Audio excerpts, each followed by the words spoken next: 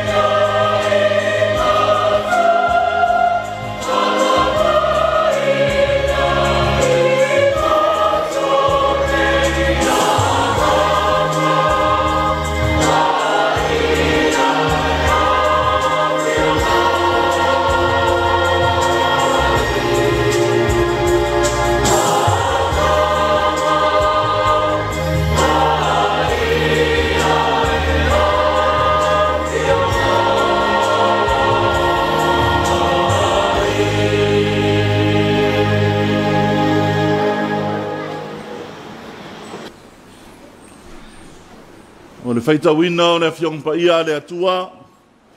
O le a taitaina ai tātou e le sunga e le lia wau soasani. E whatalenga ia atoa Luis Tafunai.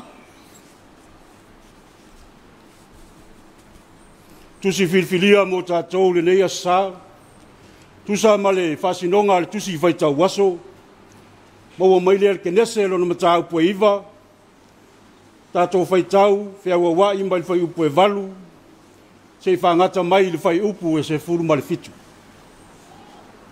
Kenese, o lona matau pue iwa, tātou whaitau, whea wawai, mai le whai upu e valu, se ia whangata le whai upu e se furu ma le fitu.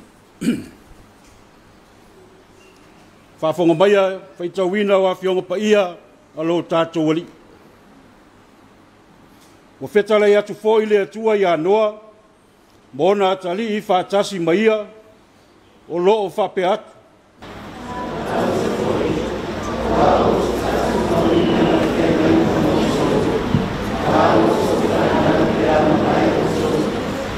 Atoa fōi ma mea ola uma o iate o tou, o manu whelelei, o manu vai whawhanua, ma manu o le vāo uma o iate o tou, o mea uma o uru whafo i le vaa, e o i manu uma o le lalolangi.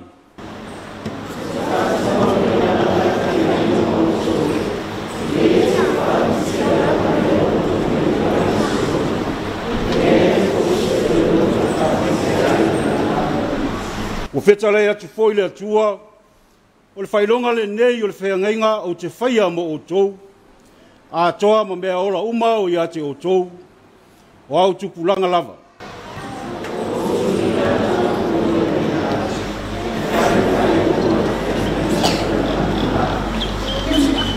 A au wha malumaluina i fo le lalolangi i se au, ma ua i loa le nua i le au,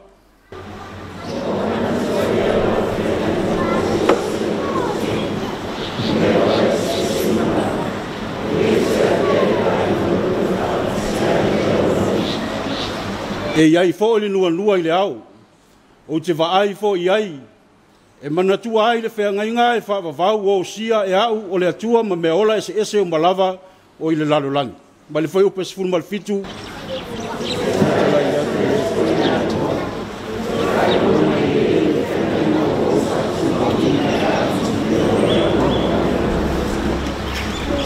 Pamanuia mai le atua i le whaitauina o ana Afionga pa ia, tu maua te pēa te ia lona lava vi inga nei o le whaavavau lava. Amen. O le vi inga o le atua e rua se lau, rua sifuru.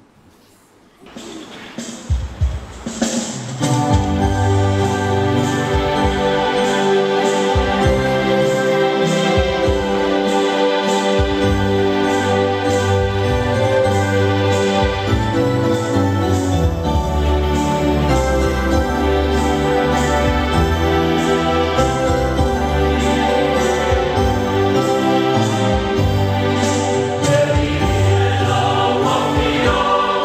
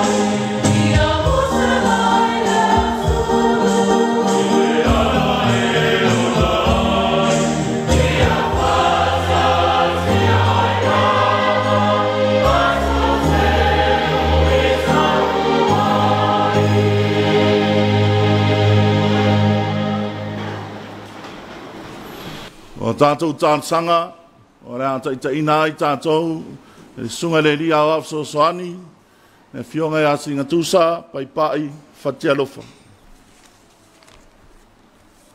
A tātou tārsanga, tātou whaftai, tātou tāra whato ese, moli atu nisi o tātou manaonga, lo tātou alii, lo tātou atua.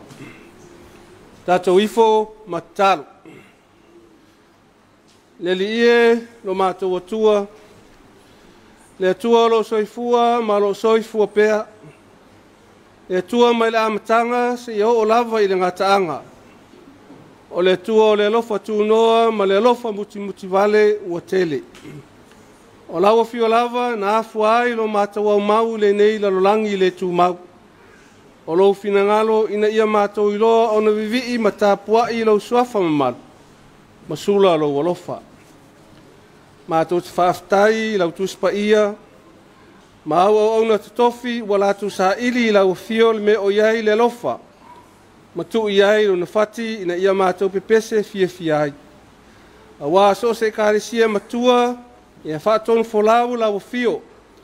Ai ua lava nei o mātou folau I tonu mautua. O lo whapeo na lafi mai ai le fili maana au. O lo tamau a inga sa mai, uma whai ai o na whaatino o mātou manaonga. Tausi maosi o mātou a inga. Ai are tau tuaina o lau tala le. O fua I mai e Samoa, whai mo mātou tofi. Whapeo na mātou soifua maola sa aloto ai I le tele o tau mafa le vao, tau mafa le sami, tau mafa le vadi manimo.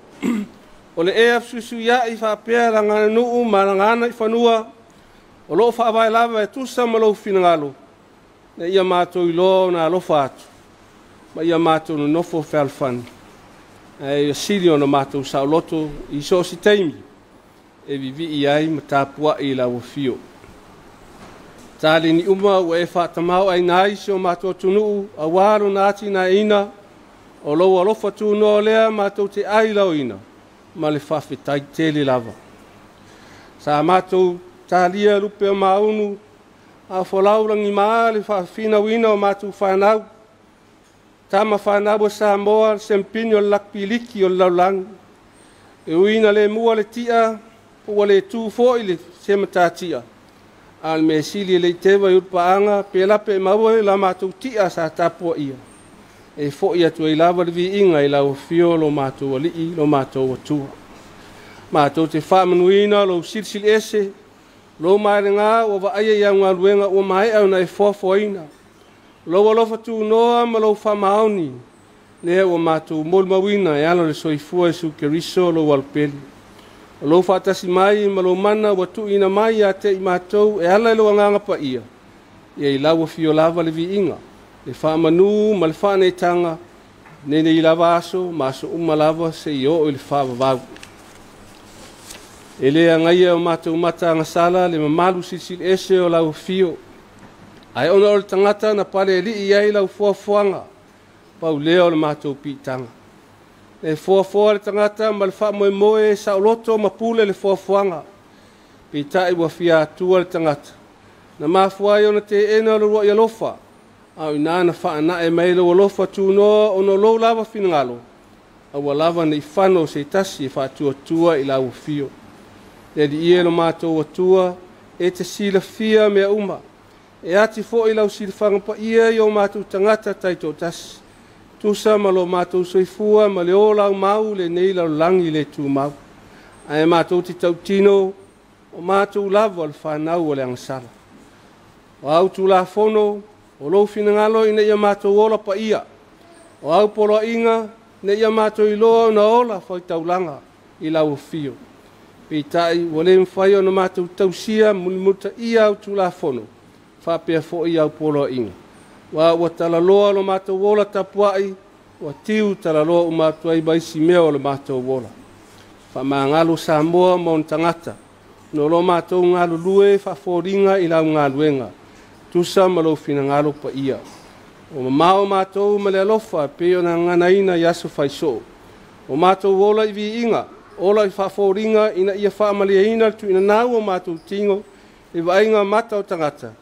ai wo no se vi ingo la o fio wa vea la ekalesia fa mta loto ai wo le vea ma ekalesia fa mtu loto wa vea ma to ma tui ma ngao ai wo silio na vea ma to ma fa la vea au ila ngenga lo ma to tama eli ie lo ma to wo tua tawio sinam ta wol tot po ia lo wal pelo Yesu e manga lo ile fonga la fa na mo lo watnu le tua fa fonga taloi alo fongia o au na tofi malato ngaluenga folofolo tala le ina yau au fa faiva fa olo Yesu keriso fa tamao ainga ilo wolofa tu no mal maftanga malanga pa ia ina ya modi fa maoni fa liwina fa mala maina fa leino au fionga pa ia ina me tonu lo to oto ile au pe au lo finanga au awali sanga fa malu sia ilo matu fa tua ilo wolofa tu no tale la fio mo te tai sio matu malo ina ya manino la tu fa to la fa inga awa se manuia o tangata lau teli lo fangia pulenga e kalesia ke siana uma ina ia tu mau li tala ino lo finangalo ai mamao lava so la to manatu wa ato toa i lau tala lei ai mai ser fa nga ino lo soafa malu mal pa ia esa idi manuia ai fa malu siari fai pule nu o tamai tai au manga ne sana fa mau tuina ni fainga nu lei wa le nofo ma popo ai mai se le nofo fel fani o tangata fa manuia na matu fa na wa onga fa na nga lulue fa na tau si ainga fa na tau sia fa na fa tama ainga tare ndes esi fa na lo tamu fai senga luenga ona watawau ina man maloi le li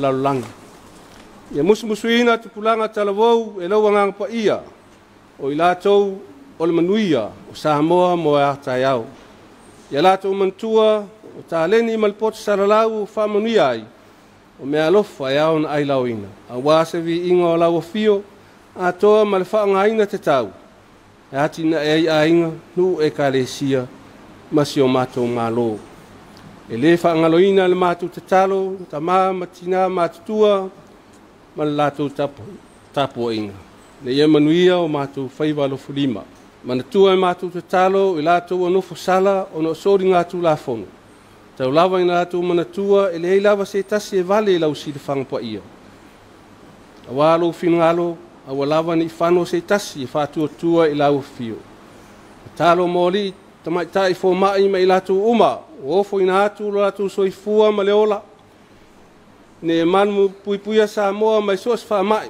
o fata otolia ai na yo matu tangata i sos fa mai fa pea mai ai mai se nisi o lo na mia le lato soson vai mai se aso lo matu tama e fa muta ai sa wanga tono matu ainga nu mai kalesia ai mai se le lo se o matu tunu fainga fa tu fa lavi fa mai mala fa na tula wa fa ina Samoa malalangi atoa fa manuia mai tapo inga lo tunu ya luta wina matu uma ina isanga fatu mawina le fa mo la o fio e manuia i la singa ese feanga yai ya matu fa ta o fo ilo matu tupuanga le matu fa sino manga le matu sio manga le ya matu fa wa le ngafa le fari ai fa sili le ngafa le aingo le tua pe yo matu poto ma futa nei so soani le vai mal fata va ala o auna vale la ngaina o fe au le tala le lei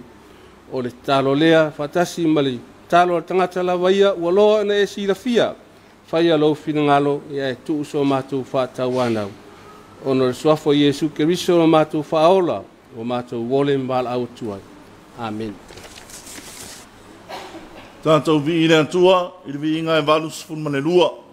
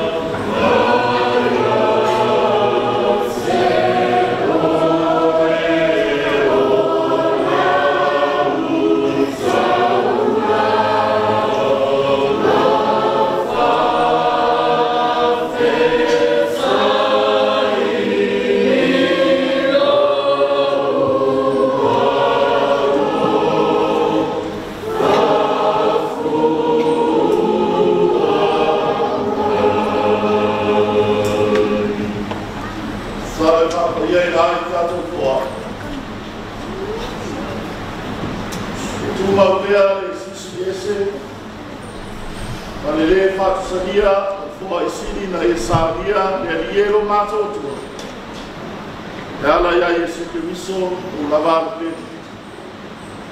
Arisine yotupe na etuina yo matulima. Mo matu waina mo fonatu mo la au mo tarale. Matu tsalo le die ye rofa motalia mai. Fa paia ma familia, fa ye lu mo kales. Atase mo tonsi o ba le yola mo so fua. Fapefo, na i mātou whanau, ia o onga, o ngāwenga, o tāronga, sosi whaina.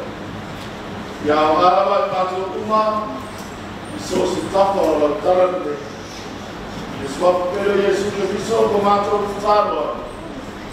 Amen. O le la unga i swafa mamalu o le atua le tamaa, le alo, ma le ngang pa ia. Amen. Whiriwhiria e whai matua o le whai upo e sifun mare ono. E iai fwoi le nua nua i le ao. O te waai fwoi iai. E manatua ai le whengainga e whaavavau ua o sia e au. O le atua ma mea ola e se ese umalava o i le lalolangi. O le manatu whaamamafo nei aso. O le whengainga o whelanu nanuai. A colorful covenant. O le whengainga, whelanunanua. E le se mea na tupufua le o mai ai o le lolo, i le larolangi. A wawa sila sila mai le atua, e le ngata i le leanga o tangata o le larolangi. A o loto ma mawhau o na o mea leanga lava. O na finangalo leo le atua ia fufulu ese. Ia tafi esea tangata leanga. A ua whātu toe ai na onoa malan whanau. Pau lea o le tangata ami o tonu na arofangia e le atua. O le toe ina onoa. Sa la whewa i ma le atua. A le tua na iai o aso e se lau lima sifuru. Sa lo fia ai le ele i le suavai. Ona mana tua ai de le tua, ona na au na noa. Ma mea ola uma sai de va. Ona iai le o le whengainga. Le whengainga pei ona whamma whaina nei sa. Whengainga, whelaunan wai. Whetau i le lei a wao le nua nua, ua tuina mai e le atua. E whai ma whamau whaironga. E mana tua ai le nei whengainga.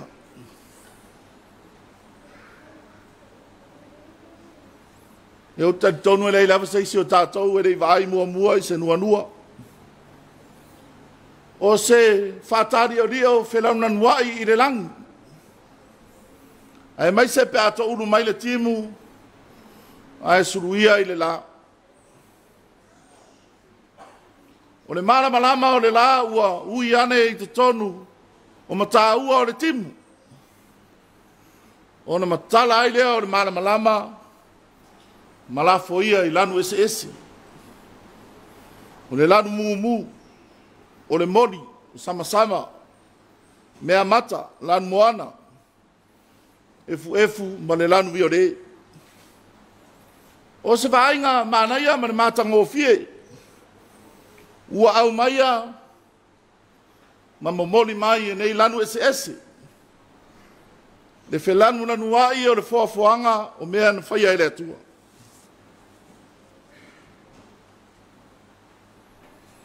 Ai whai nei tangata fia i roa ma le sue vale. Ua lātou whesiringia le moni o lea mea. A ua lātou manatu o le nua nua o se mea noa po se mea e tupufua. O le lātou whinaunga o le nua nua o se mea e mafua i le natura o mea. E le o se mea e tau whaia i seis, po se mea e tau whaia le atua. Peitai e iai lava lui manu losi. E le mawhai ai e le tangata fia sue vale o na tala talaina, mua mua. O ai na whaia le timu. Ai mai fele swavai. Lua. O ai na whaia le la. Ai mai fele na malama. O reisi tu tā ua. Ua iso ai de au sue. O le whātātianga o lanu e fitu. Pei o na iai le nua. Lanu mumu, lanu mori, sama, mea mata, lanu moana, efu, marbiore. O le whawa senga ina na wana o lanu. I so se taime e roa ai le nua, e re mawhai on toi suia. O le malosi lea o ro ta oto i te tono o le whiau, o le nea sa, whea ngainga, whelau nanuai. O le whengainga e tū mau. O le whengainga e le mawhai e se isi rawa malosi on toi suia. O le tāua le numero fitu. Pei o na iai lanu e fitu. O le nua. O le numero pa ia ma le atoa i le taritonunga o tangata e peru. A sila le fo i le vaenga o le tusi sa tātou whaitawina. Mai le whai upo e valu, e o le whai upo e sifulma le fitu. E wha fitu, o na ta ua le upu rea, whea ngainga.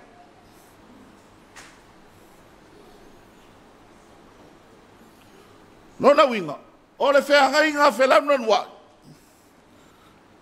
O le whea ngainga ua mautu. O le whea ngainga ua mausali. E wha vau non wha maoni, e le toi manuelueina. O le whelanu lanu wa i lawa lea ma le matanga o fie na i loa i tau ina noa. O le nua na wala nā lea tātou te vai ai nei o na pō.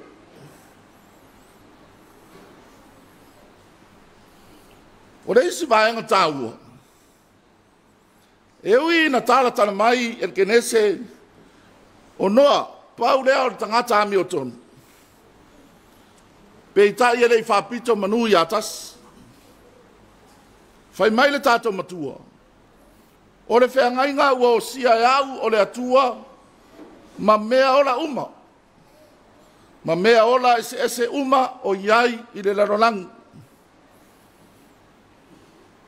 Nona winga, o le whengainga ua o sia e le ngata i le tangata. Au mea ola ese uma i le larolangi. Ua sala lava la ina whelanu na nuai. Ne nei whengainga. Ua fia ai me ola uma. I le whina ngalo o le atua. O le vahenga muri, e fia a whea i se tana. Se a ua whapea mai ai matua. E iai fo i le nua i le ao, o te va ai fo iai.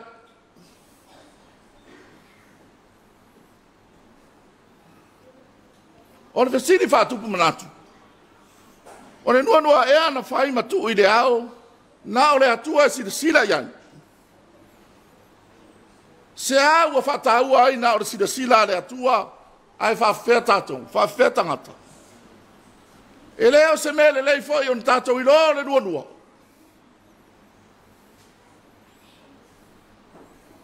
Samoa malau mai moa whawhonga neia sa. O le anoa le nā ma le mātanga o fie, o le nei au ma ni tala le nei. Tele suinga, tele afianga, o le lalolangi nei aso. E le ngata i suinga i tantonunga, a o suinga i amio tangata. O suinga foi o le tau, ma le lamatia ai o le ola ma le soifua. A o le tele lava nei suinga. O suinga e mafua i le manatu whapito o le tangata. Le nau o le tangata e whamarie, tau lava o lona manao. Tusa pe matua o ia isi mea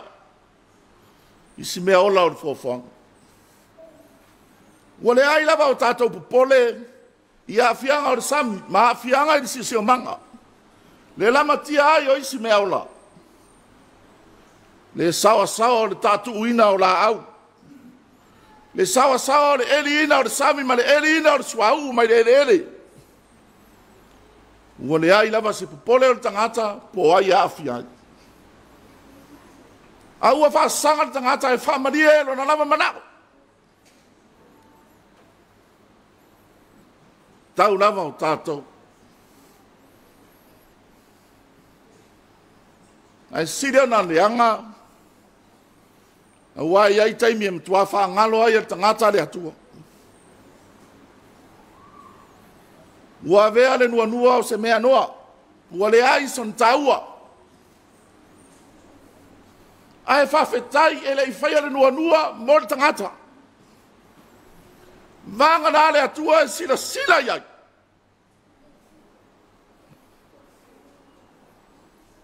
O na ia mana tua ai lea o lana wheangainga. Le wheangainga whelauna nua. O lo na alo pale i mea umana ia whaia. O ni mea le ofo ai o tātou lotu. E ti ngā o na tātou le anga i tele o taimi. Ai alofa mai pea le atua. Pea ava aia lana nua.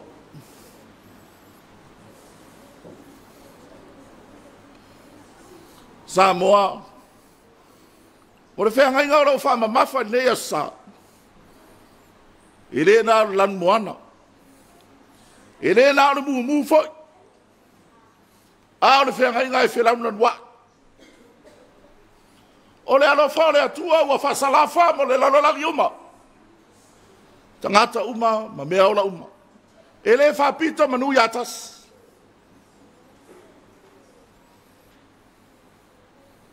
O le awa onga foi lea mo i tātou. Aua le ola whauarunga. Aua le ola whasiri. Aua te manatu whapito. Ianga maru, maloto mauna. Ia alo whaida utu aoi. Ia alo whaida uso a tangata. Ai aua le whapito manu i atas. Aua foi le whasiri o tātou manao matuina nau. Ma tātou la fuai, ala mtu la fono ale tua. Ia e mana tua ale asu Sapati e te whapai ei. E le se tu la fono se malo, po se tu la fono e patino i se kalesia le ai, tu la fono ale atua. Ia e mana tua ale asu Sapati e te whapai ei.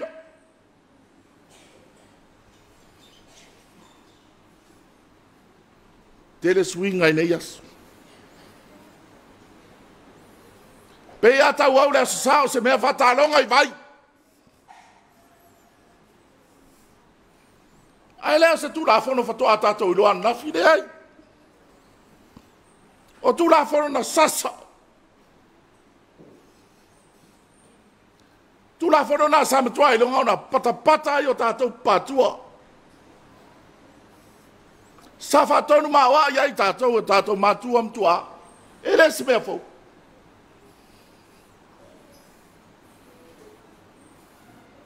Tu la fono le atua antu ina mai. Ina ia tātou sawa vali e tu sa maunau. Ma tātou tausi i anu whiangainga. Ioi. Tausi i anu whiangainga. O le whiangainga lava le anu whawhauina e ke wiso e lon toto. Ina ia le oti tangat whatuatua ma whano ai le ai. Ai a tātou sao i le lang. O le tau i le lei. Mo le tangata aloto alofa. O le tau i le lei mo le tangata ang malu. Ma le tangata aloto mauralo. Whai le langi mo tātou tofa. O le nofoanga whai mai e ila. E pupula e whai lafa. E matanga o fia e whelaunan wai. O le whelaunan wai e tu mau. E tu mau e o i le whawawau. E iai fo i le nua i le au. O te vaai fo iai. E mana tua ai le wheangainga e whawawau o sia e au o le atua. Ma mea ola e se umalava o i le lanolangu. Ono Yesu.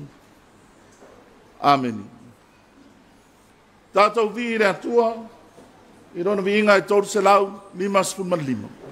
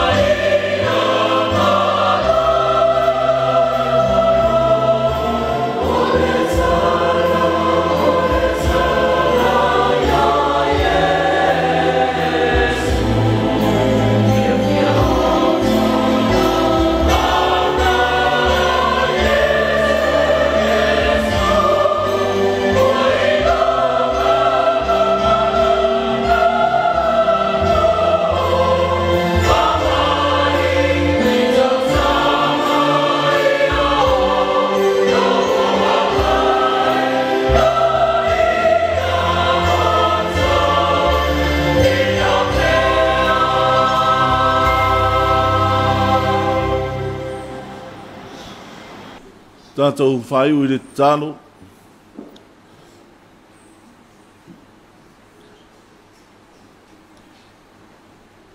Aon manuia marwhire mu o la ua fio le atua le tamaa. Le lofa sisi ese o Yesu ke riso lo mātou alii ma lo mātou whaola. I le mare mafutanga whai pēa ma la ua fio anganga pa ia. Ia tu mau mai nei o mātou runga. Manunga o lau whanau umai le lalulangi atoa. Nei māsa uma se iau o le whavavau lava.